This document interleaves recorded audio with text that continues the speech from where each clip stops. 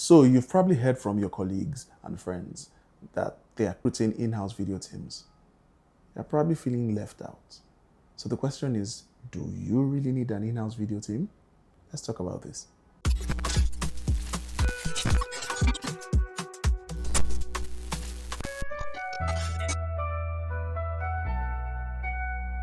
First of all, you need to identify what kind of brand you are.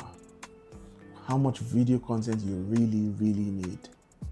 Let's compare two very different industries, real estate and manufacturing. We both know that real estate companies need a lot of video content because they have to always showcase their new projects, the new projects that they're building, the new projects that they manage. They always have to showcase because real estate is really about visuals. But manufacturing, on the other hand, is, so imagine a company like Kellogg's.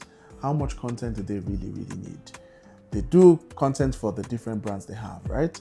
But how often do they need to post content? Not as much as real estate. Yeah. So these are the questions you need to ask yourself as a brand manager, as an agency, as a marketing manager. You need to ask yourself how much video content your brand really needs. When you've asked yourself that question and you have the answers, the next thing is to realize that retainers are not as expensive as you think. Yes, retainers, when you hear the word retainers as a marketing person, the first thing that comes to your mind is a big agency collecting a huge amount of money on a monthly basis, right? However, when you think about video teams or a video production company, a retainer is not such a bad idea, especially if you have a lot of video content you want to create for your brand.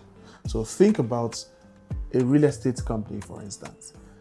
They create video content on a weekly basis, right? So it's very easy to get a video production company or even a freelance videographer who's going to charge a monthly fee based on a set and agreed number of deliverables. So for instance, a real estate company could require 10 videos a month. The videographer or the video production company knows that their deliverables to you is 10 videos a month. So they can calculate the expenses vis-a-vis the retainer that they charge you. They make a pretty decent margin, and it's not as expensive as hiring a video team at every single instance. So imagine hiring a video team 10 times a month. Imagine how much it will cost. So retainers are not that expensive as you may think. For the brands out there, let's talk about how much retainers you've been charged before. Comment below. So if you've identified that your brand needs a lot of video content, it's advisable to set up a video team in-house. However, what kind of video team do you need to set up? I've categorized them into two different types: shoot-focused and post-focused. A shoot-focused video team is one that requires a lot of shooting, a lot of acquisition of footage.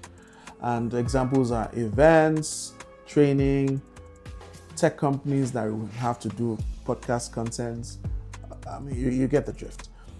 So essentially, you're trying to hire more of a videographer or a cameraman. You're probably going to have to buy some camera and lighting equipment with some audio equipment as well. While a post-focus video team is one that reuses a lot of the existing content. A good example is FMCGs, food and drinks, and gadgets. So for instance, a food and drinks brand, obviously when they release a new product, when they have a product rollout, they probably will hire a videographer and a photographer to do official photographs of, their products. A food brand, for instance, will have different menu items and they'll plate them, take photographs, take videos of these things. So keep them in an archive, right? However, your post-focus video team tends to reuse a lot of that footage in creating fresh video content on a regular basis. So you understand the difference now. Now that we've identified the two types of video teams that you can hire in-house, let's talk about how to even start hiring. The first one that comes to mind is posting vacancies. This can easily be done on social media, Behance and LinkedIn.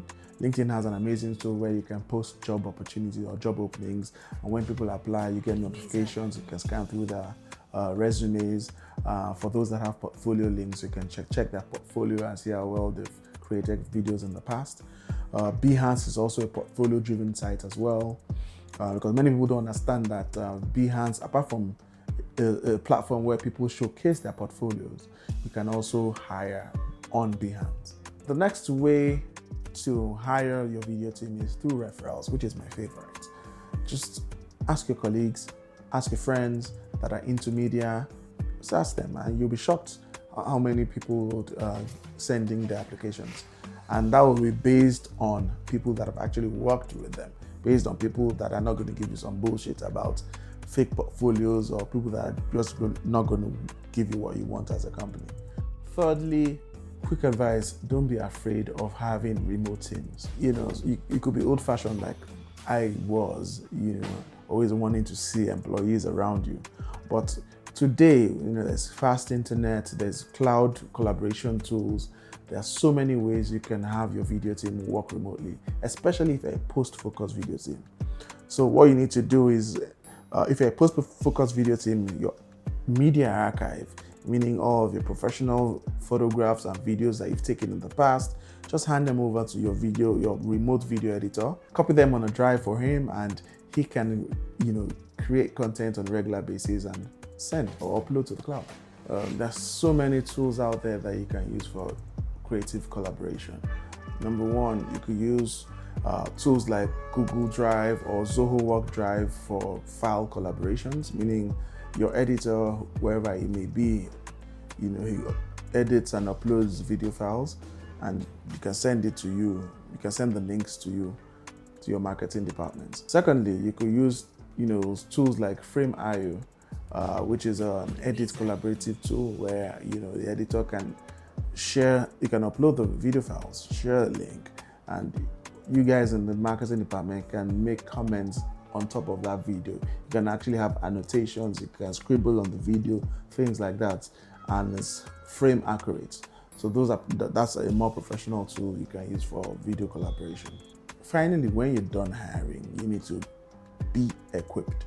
Whether you want to hire a shoot-focused video team or a post-focused video team. For a shoot-focused video team, obviously you're going to have to buy a camera, you're going to have to buy a set of lights, you're going to have to buy some audio equipment, and that should be fine. So a lot of things are cheap, to be honest. They're not as expensive as you think. It's a decent 4K camera you can get. You can get a Panasonic GH5. You could get a Blackmagic Pocket Cinema 4K camera. You could get some Canon R1. You know, these are decent cameras that are about the $1,000, $1,500 mark. So, and they achieve amazing imagery. For lights, you could get a cheap set of LED studio lights from companies like Neewer, Neewr, or Came TV. You could get a set of 3 lights for about $200, $300. For audio, it's very easy. You can get something like what I'm wearing, which is what the f is it? What's the name of this? For audio, you can get an inexpensive lapel mic like the one I'm wearing, which is the Synco G2.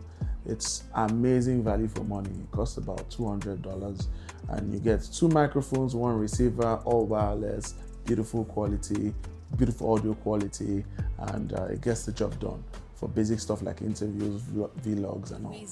So for a post-focused video team, obviously you're talking about your edit system. I know many video guys will say they want a Mac system because they want something fancy. But trust me, I used to be an Apple fanboy, and I stopped being that over 10 years ago. I'm all Windows. Since Windows 11 was launched, the operating system is so stable, and you can easily configure a Windows system for way cheaper than an Apple. So I'm an AMD fanboy, which is the processor. You can get an AMD system for about $1,500. I think with that kind of system, you should be able to get all of your post-production needs done. Apart from the system, you're also going to have to think of the editing software. Blackmagic has graciously given DaVinci Resolve for free. However, if you buy a Blackmagic camera, you can get the DaVinci Resolve Studio version, which is a more professional version, which allows you to do a lot more professional cinematic stuff. But the free version is good enough for basic to intermediate video content creation. We've talked about hiring the team, we've talked about equipping the team. So let's share our stories about video teams that we've hired in our organizations in the comment section below. Finally, you've hired the video team, you've bought them some shiny new gear.